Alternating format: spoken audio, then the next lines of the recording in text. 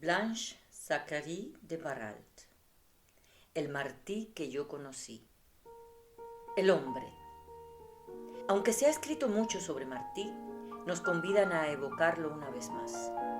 Quizás nos disculpe el hecho de que vamos a alejarnos de la senda trillada y abordar el asunto desde el punto de vista femenino, casi íntimo.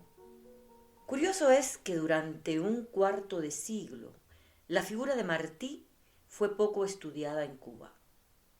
Todos lo admiraban como patriota, forjador de la independencia, pero en la mente popular no estaban muy claros los perfiles de su personalidad. En los últimos 2 o 3 lustros, con el mayor conocimiento de su obra escrita y las magníficas biografías de Mañach, Lizaso y Márquez Sterling, entre otras, la figura del apóstol ha surgido de cuerpo entero ante la visión de sus compatriotas. Hay una verdadera sed por enterarse de los detalles de su vida y del alcance de su pensamiento. Hay quizás también un anhelo de renovación moral, de virtud, que nos hace volver ansiosos los ojos hacia él para que su espíritu nos guíe y nos ilumine. No todo el mundo se da cuenta de que Martí, adulto, apenas vivió en Cuba. Nació en La Habana. Pasó aquí su infancia y adolescencia hasta los 16 años, cuando fue preso por delito político e ingresó en el presidio, entregado a los más duros trabajos en las canteras, bajo el ardiente sol del trópico, con grillete y cadena. Parte de esas canteras, las antiguas de San Lázaro, calle 27 y Hospital en El Vedado, han sido rescatadas al olvido gracias a las gestiones de numerosos escritores martianos en Cuba. El sitio que presenció los sufrimientos de tantas víctimas del infame régimen penal de la colonia y fue regado por el sudor y la sangre del joven José Martí, está convertido en bello rincón consagrado a su memoria. Una lápida conmemorativa y una esfinge en bronce del apóstol presiden una biblioteca de sus obras y las de sus biógrafos y comentaristas. Después de un año de presidio, pudo, por fortuna, ser conmutada su pena por la del exilio. Salió para España, pues, casi un niño en edad, aunque todo un hombre en carácter y en saber, para no volver a Cuba sino por un año, aprovechando la amnistía general después del Zanjón y finalmente por 38 días antes de su muerte en La Manigua. No es de extrañar, por lo tanto, que pocos lo conocieran. Su presencia en La Habana, fulgurante y dinámica, fue como la de un meteoro. Los que sí pudieron tratarlo más fueron los cubanos de Nueva York, donde vivió con la interrupción de cortos viajes al sur de los Estados Unidos, a las Antillas, a Centroamérica y a Venezuela desde 1880 hasta 1895, 15 años. Allí se desenvolvió el período más importante de su vida. Allí trabajó, conspiró y organizó la magna obra de la independencia de Cuba. Los que vivimos entonces en aquella ciudad y lo tratamos de cerca en esos años decisivos, lo conocimos bien. Hemos visto batir el hierro candente sobre el yunque, hemos presenciado sus triunfos oratorios, hemos sentido la magia de su palabra en la tribuna y su suavidad en el trato familiar. Hemos podido aquilatar la nobleza de su alma. Ya vamos quedando pocos de los que conocimos a Martí. Pero si el tiempo empaña y destruye las cosas materiales, aviva y engrandece las del espíritu. A medida que pasan los años, la figura del apóstol aparece nimbada de nueva luz para el mundo, mientras echa raíces más hondas en el corazón de los que lo quisieron. Me complazco a veces en revivir los años de Nueva York, cuando el glorioso héroe era el patriota desterrado, batallando con indomable tenacidad por el ideal de la independencia, trabajando en silencio reclutando partidarios de la libertad cubana en las fábricas o encendiendo el entusiasmo de correligionarios influyentes en los salones, aunando voluntades en todas las esferas con su personalidad magnética, con la fuerza irresistible de su claro talento y de su fe sin límites. Al hojear de nuevo sus libros, al devorar las vibrantes páginas donde el maestro ha grabado como en planchas de acero con firme buril los anhelos de su alma ardiente, su visión de los hombres y las cosas, he sentido latir el corazón genial del autor y evocado su imagen y su persona sugestiva como lo conocí y traté más de 10 años seguidos, siendo el fraternal amigo de mi marido, tertuliano constante, respetado y querido de nuestra casa. ¿Quién no conoce a Martí como patriota, como hombre de acción, como carácter enérgico, tribuno insigne, escritor de fuste? Muy pocos, fuera de aquellos que gozaron de su trato exquisito y consecuente afecto, conocen el encanto del leal amigo, hombre culto y cumplido caballero, cuya alma, llena de ternura, rebosaba con la leche de la bondad humana. Poseía en grado sumo el arte de ganar amigos y de conservarlos. Sabía, como dice Shakespeare, aferrarlos a su alma con garfios de acero. Comprendía el valor trascendental del puro sentimiento que llamamos amistad. Rien de plus commun que el nom, rien de plus rare que la chose. Como dijo el buen La Fontaine, y no escatimó los sacrificios que en su ara ofrecía para mantener siempre viva su llama. Era generoso con excelsitud. Daba sin tregua su cariño, su inteligencia, su tiempo, su saber, su bolsa, enjuta con frecuencia, jamás cerrada. Daba hasta dar en supremo holocausto su propia vida. Ninguno era tan alto y encumbrado que Martí no pudiese llegar a él, ni tan bajo y humilde que no supiera hacerse pequeñito y sencillo para hallar su nivel. La bondad de su alma se revelaba en infinitos detalles. Al llegar a su casa, por ejemplo, hallaba una palabra amable para cada uno. Recordaba a las personas que había visto una sola vez y las llamaba por su nombre. Se interesaba en todos. Los cautivaba con su sonrisa, con una mirada expresiva. Amaba a los niños y los chicos tenían encanto con él. Poseía el arte de escuchar, cosa rara en el que tiene el don de la palabra. Sabía agradar haciendo que los demás se sintieran complacidos de sí mismos y eso con perfecta naturalidad, sin adulación. No hay quien no tenga algo bueno, decía. Falta saberlo descubrir. Otro rasgo de delicada generosidad. En las fiestas de la colonia, Martí solía sacar a las muchachas menos atractivas, las que no tenían compañero. Y cuando María Mantilla le preguntó una vez por qué escogía para pasear por el salón o llevar al buffet las menos agraciadas, dijo Martí: sí, hijita, porque a las feas nadie les hace caso. Y es deber de uno no dejarlas sentir su infelicidad. Y salía muy orgulloso con su pobre compañera. María me recuerda también que si alguna vez sus hermanos le hablaban con rudeza, Martí los amonestaba diciendo: ¿a que no le hablas así a la hija del vecino o a cualquier extraña?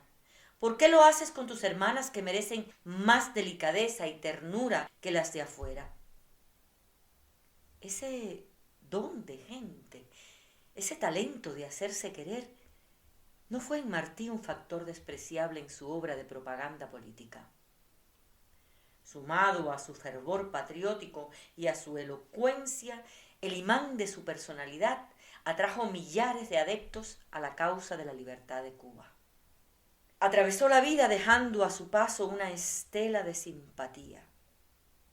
Como en toda alma de innata distinción, la delicadeza de sentimientos sugería el gesto o la palabra adecuada, la finura que le brotaba del corazón.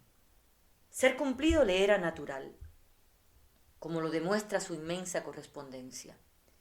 Siempre encontraba el tiempo, por atareado que estuviese, para contestar una carta importante o baladí.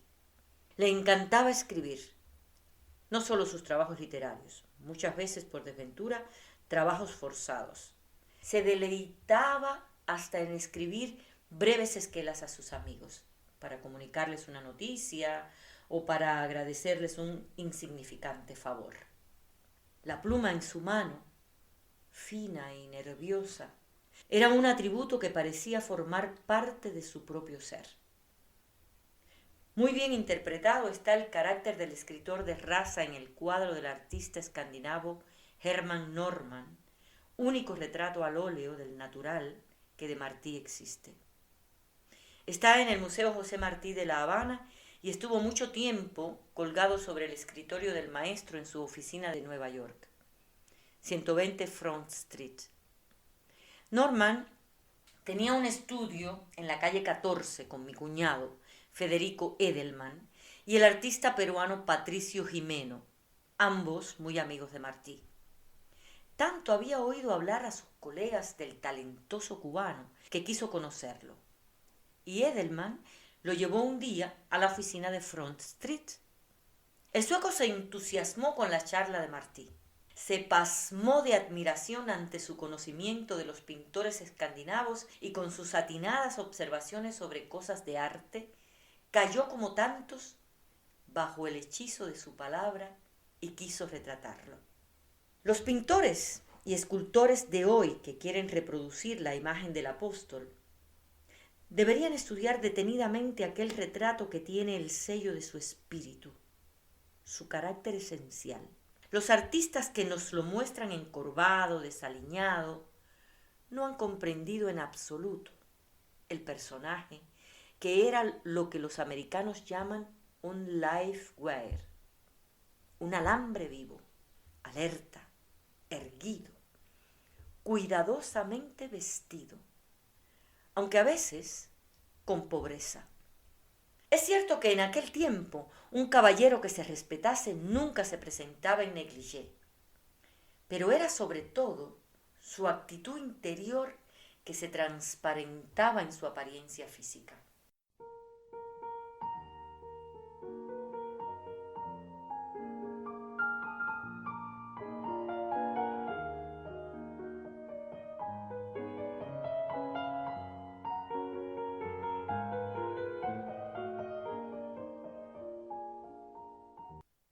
Recuerdo como si fuese ayer la primera vez que vi a Martí. Era yo jovencita, de 18 años. Me fue presentado en una reunión en casa del doctor Luis A. Baralt, quien más tarde fue mi esposo y a quien también conocí esa misma noche. Había una soirée musical en la que me habían invitado a cantar. No tenía referencias de Martí. Era para mí un señor cualquiera, un encuentro fortuito de sociedad. Mas, a los pocos minutos de conversación, con habilidad que no he visto igualada, había averiguado, sin interrogatorio, cuáles eran mis gustos, mis inclinaciones, mis esperanzas. Tocó la nota del arte. Me habló precisamente de las obras que me apasionaban. Había estado yo en París, donde hacían furor los paisajes de la escuela de Barbizon. Martí estaba al tanto de todo. Discutió conmigo cuadros, músicas y libros de la manera más natural, con absoluta sencillez, sin hacerme sentir la diferencia que había entre una niña y un sabio. Del mismo modo, se hizo conocer de mí. Pude apreciar al instante que era un hombre superior, de vastos conocimientos y de alma grande. Nunca desmintió aquella primera impresión.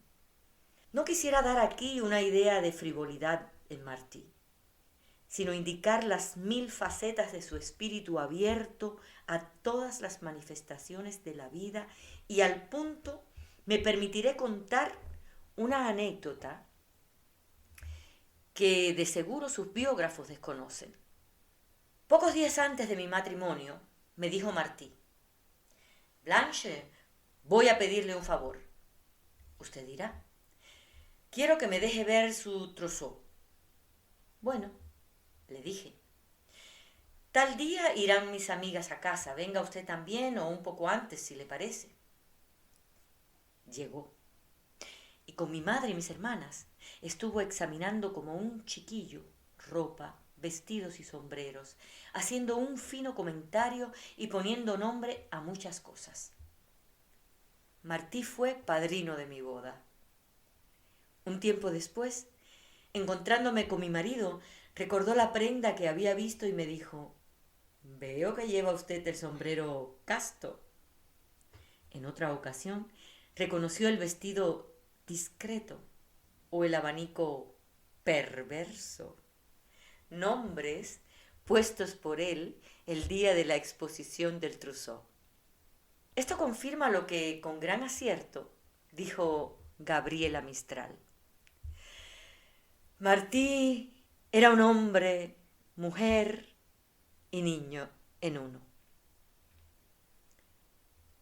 Cuando la gente piensa en el maestro y evoca su figura venerable, suele olvidarse de que murió joven. Cuando lo conocí tenía 30 años, un muchacho. Cuando cayó en Dos Ríos contaba 42. Solo su talento y la intensidad con que vivió le permitieron llevar a cabo una obra inmensa. Tenía una capacidad para el trabajo que algunos llaman genio. Su labor periodística era asombrosa. Lo publicado en periódicos sudamericanos llena 10 gruesos volúmenes. Muchos de estos trabajos eran obras de alto valor crítico y literario. Muchos se consideran hoy clásicos. Martí, en una época, trabajaba varias horas cada día como secretario contador en una oficina comercial. Tradujo al castellano del francés y del inglés numerosos libros de textos y novelas. Publicó varios libros de versos. Editó el órgano oficial de la Revolución, Patria, escribiendo personalmente la mayor parte de su contenido, como hizo de esa exquisita revista para niños La Edad de Oro. Mantenía una correspondencia enorme, y no digamos nada de su actividad política, objeto primordial de su vida, ni de las horas dedicadas casi todas las noches a enseñar a los cubanos pobres de la Liga. No dormía probablemente más de 3 o 4 horas, porque todavía encontraba el tiempo de leer omnívoramente. Siempre tenía al dedillo la marcha del mundo, estaba enterado del último libro, de la última comedia, de la última invención. Le alcanzaba el tiempo para visitar a sus amigos y parecer fresco y sonriente cuando se presentaba en un salón.